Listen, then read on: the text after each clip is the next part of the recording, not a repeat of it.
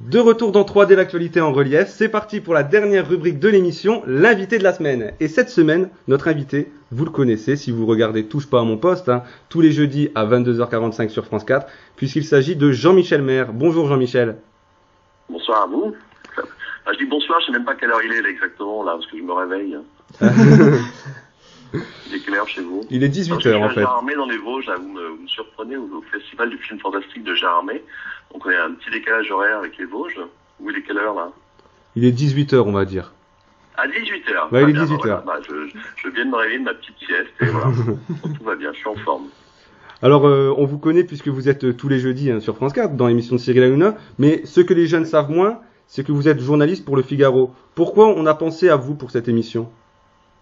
Alors, j'étais journaliste pour Le Figaro exactement, parce que j'y suis resté à peu près une vingtaine d'années, et j'étais responsable du service média. Enfin, au Figaro, c'est un peu compliqué, parce que c'est un peu l'armée mexicaine, on est très nombreux, et il y a une partie qui s'occupe de la partie économique des médias, voilà, dans les pages saumon pour les spécialistes, et une autre partie dans les pages blanches, dont je m'occupais, voilà, où j'étais responsable de tout ce qui était programme télévision et radio.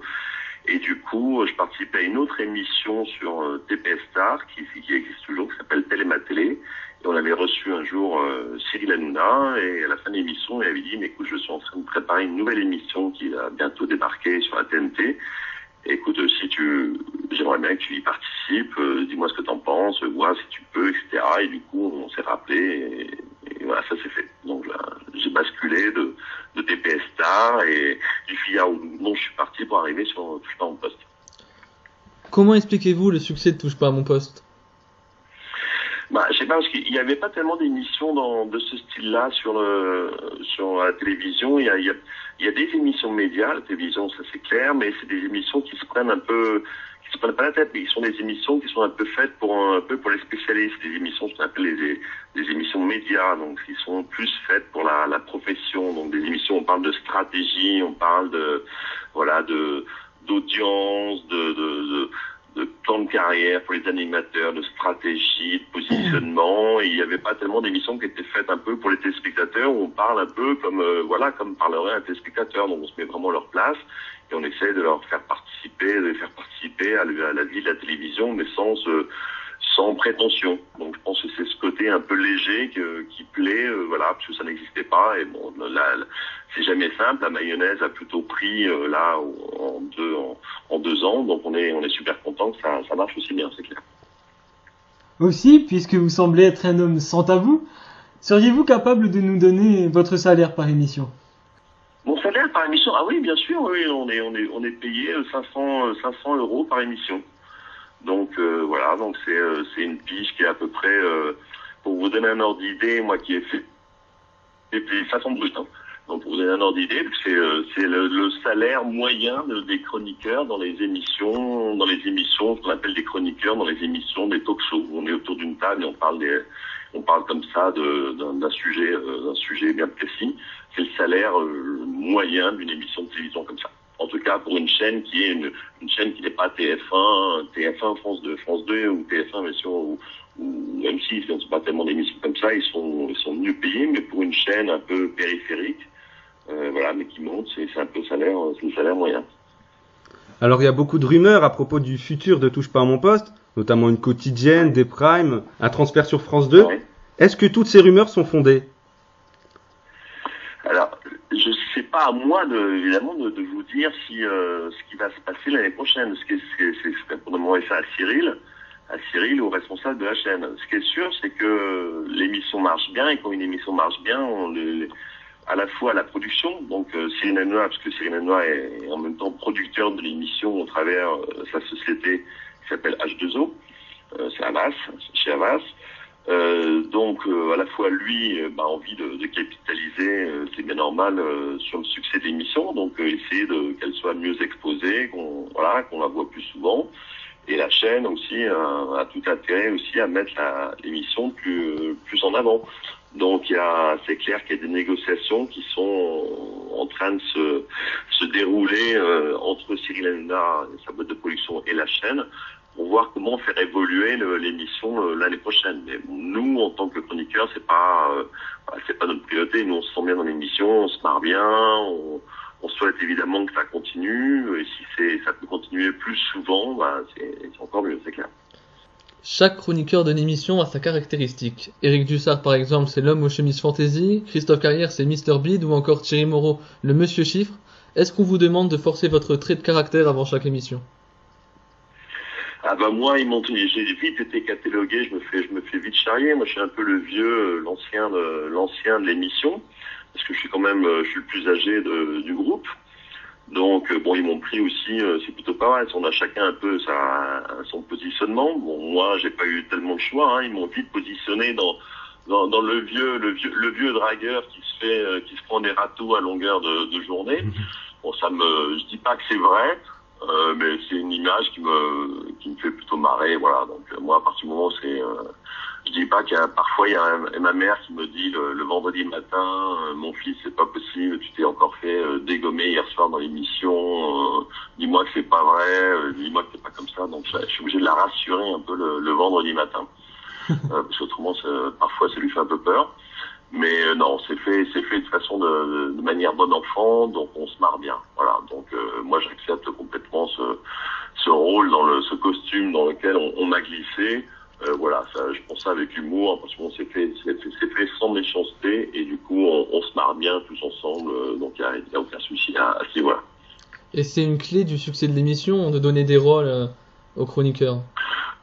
Oui, c'est vrai que les gens aiment bien retrouver un peu des personnages, donc c'est pas des personnages qui sont complètement inventés, on joue pas un rôle, mais c'est vrai qu'on les traits sont un peu forcés, on caricature un peu les traits. Donc Thierry Moreau par exemple qui travaille à Télé 7 jours, lui c'est quelqu'un qui a toute la journée l'œil sur les chiffres, l'œil sur les audiences, parce que c'est son job, il est directeur de Télé 7 jours, lui c'est son gagne-pain. Donc du coup, lui, dès qu'on parle d'une émission, dans sa tête, immédiatement, il parle en termes d'audience, comme à l'épicier, quand on lui parle de quelque chose, immédiatement il voit le comptoir caisse.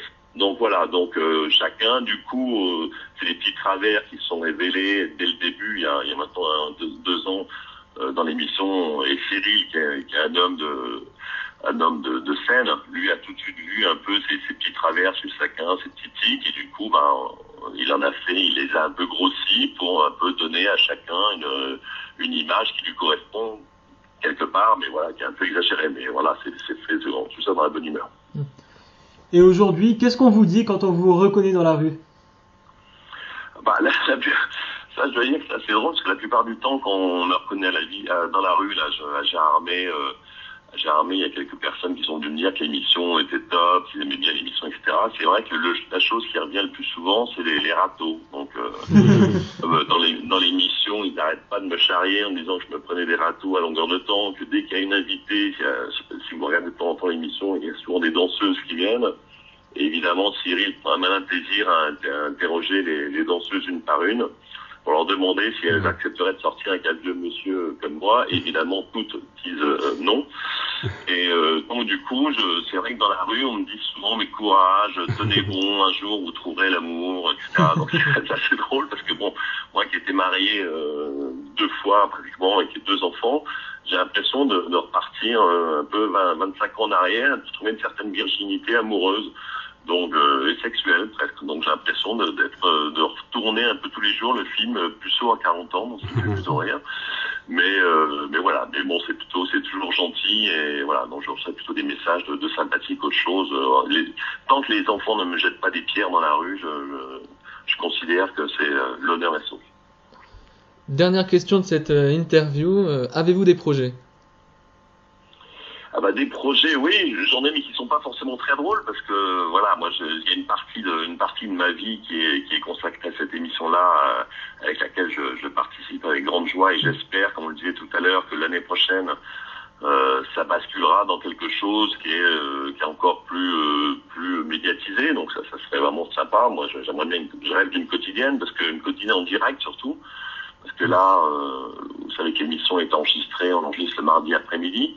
Et elle est diffusée le jeudi soir. soir. Moi, je suis plutôt partisan d'une émission qui est tournée dans le feu de l'action. Je trouve qu'il y a une spontanéité, un naturel qui est encore plus sympathique. C'est dans les tuyaux, Comment? C'est dans les tuyaux, cette émission en direct, la quotidienne en oui, direct. Bien sûr, oui, c'est dans les tuyaux. Oui, bien sûr, parce que si on fait l'année prochaine l'émission,